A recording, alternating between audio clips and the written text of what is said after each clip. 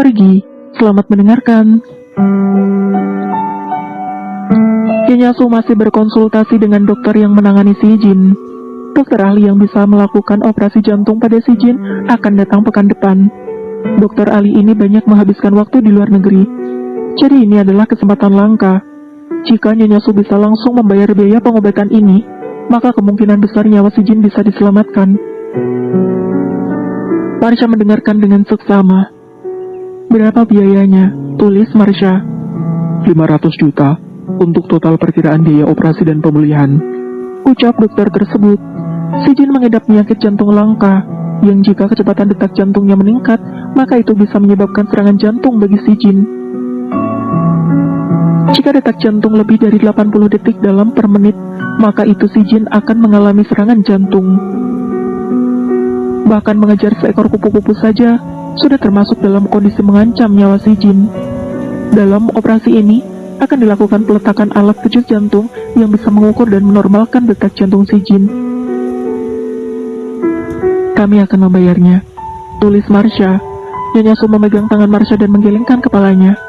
Nyonya Su mengetahui jika Marsha akan memakai seluruh tabungannya untuk membayar biaya operasi ini. Nyawa lebih penting, uang bisa dicari lain waktu, tulis Marsha. Seketika saja, Nyonya Su terisak menangis sambil memeluk Marsha. Baik, ikut pengaturanmu saja, jawab Nyonya Su sambil terisak menangis. Marsha meninggalkan Nyonya Su di ruangan dokter. Marsha ingin melihat keadaan si Jin. Baru saja beberapa langkah meninggalkan ruangan dokter, Louis dan Jun tiba bersamaan. Marsha tertegun melihat dua pria di depannya ini. Mengapa mereka ada di sini? Pikirnya. Marsha memijit-mijit kepalanya. Rasanya semakin bertambah pusing saja melihat dua pria ini ada di hadapannya sekarang. Marsha berjalan mendekati ke arah mereka, namun berlalu begitu saja. Berjalan di antara celah tengah tempat Louis dan Jun berdiri. Jun dan Louis merasa terabaikan jatuh seketika. Ini wanita yang kualitasnya seperti apa, yang berani mengabaikan kehadiran dua pria yang satu adalah raja bisnis, yang satu adalah idola internasional. Louis dan Jun berjalan mengikuti arah Marsha pergi. Marsha pergi ke ruang observasi. Hatinya merasa pedih melihat di tubuh si Jin terdapat banyak selang untuk mempertahankan hidupnya. Louis dan Jun ikut memandangi si Jin. sepertinya sakit bocah itu teramat parah, pikir Louis. Setelah beberapa menit, mereka bertiga memandangi si Jin. Marsha melangkah menuju bagian administrasi. Marsha menulis di notepad. Aku ingin menyelesaikan pembayaran operasi untuk pasien si Jin, tulis Marsha. Louis dan Jun melirik apa yang Marsha tulis. Dengan sigap, mereka berdua mengeluarkan kartu black card yang mereka miliki. Louis masih menjaga sikapnya terhadap Jun. Tak ingin ribut-ribut karena ini di rumah sakit. Bagian administrasi sudah mendapatkan konfirmasi jika pasien si Jin akan melakukan operasi. Karena itu, berkas-berkasnya telah siap. Begitu petugas itu datang, Louis dan Jun segera meletakkan kartu black card-nya di atas meja. Marsha melihat Jun, lalu melihat ke arah Louis. Apa-apaan mereka berdua ini? Pikir Marsha. Tak ingin berhutang budi pada siapapun, Marsha mengambil dompet dari dalam tasnya dan mengeluarkan kartu debitnya, lalu membayar lunas semua biaya pengobatan. Setelah itu pergi meninggalkan Jun dan Louis. Hatinya sudah terlalu lelah untuk meladeni mereka berdua. Marsha, panggil Jun seraya mengejar Marsha dan menarik tangan Marsha. Dengan cepat, Louis juga menyusul dan menarik tangan Jun yang sedang menarik tangan Marsha.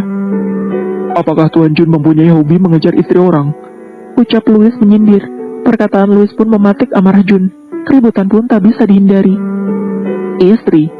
Jadi kau menganggap Marsha istrimu? Lalu bagaimana dengan Tanya Xiao?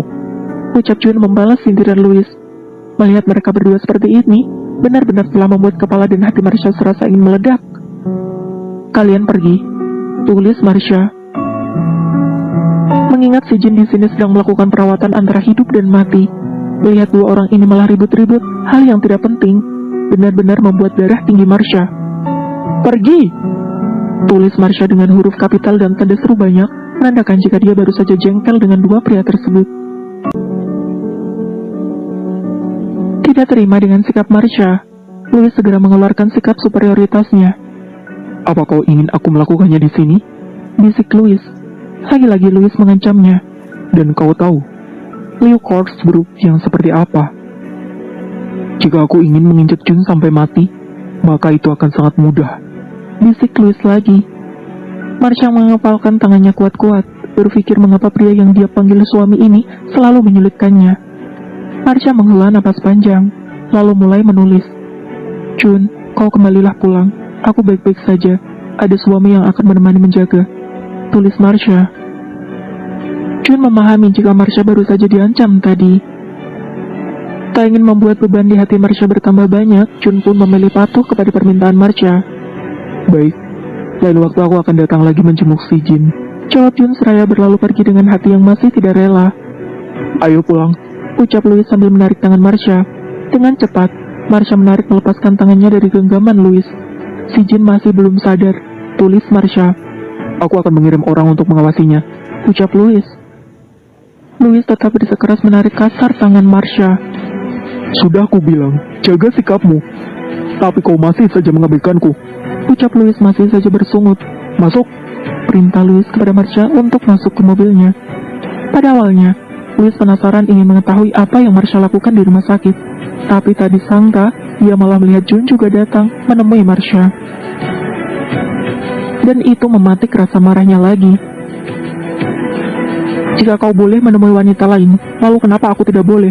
Tulis Marsha dan memperlihatkannya kepada Louis.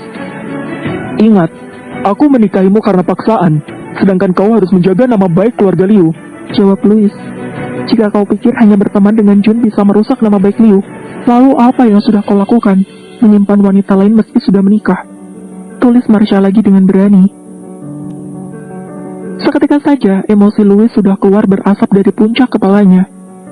Gadis bisu ini benar-benar menentangku. Turun, perintah Louis kepada supirnya. Supir pun memingkirkan mobilnya dan turun menuruti perintah bosnya. Marsha merasa panik. Dia tidak mungkin kan mau melakukannya di sini, di dalam mobil, pikirnya. Louis menarik leher Marsha dan mendekatkan wajahnya. Nyonya Liu, nampaknya aku harus mengingatkanmu terus-menerus bagaimana kedudukanku dalam hubungan ini. Bagaimana aku harus bilang?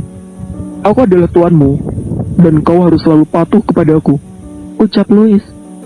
Kapanpun aku menginginkannya, maka kau harus beri aku, ucapnya mempertegas kedudukannya dan kedudukan Marsha. Kau bisu, dan kau membutuhkan keluarga Liu untuk topangan hidupmu. Bukankah selama ini kami yang membiayai kehidupanmu, sehingga kau masih bisa bernapas sampai sebesar ini?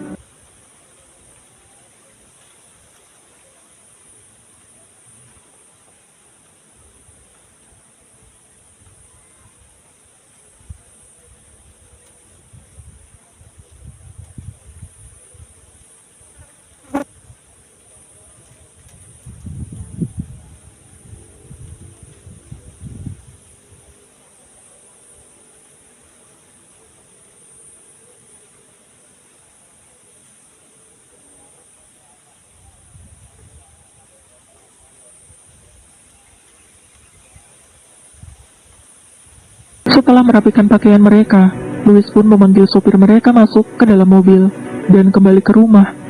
Bersambung, terima kasih sudah mendengar.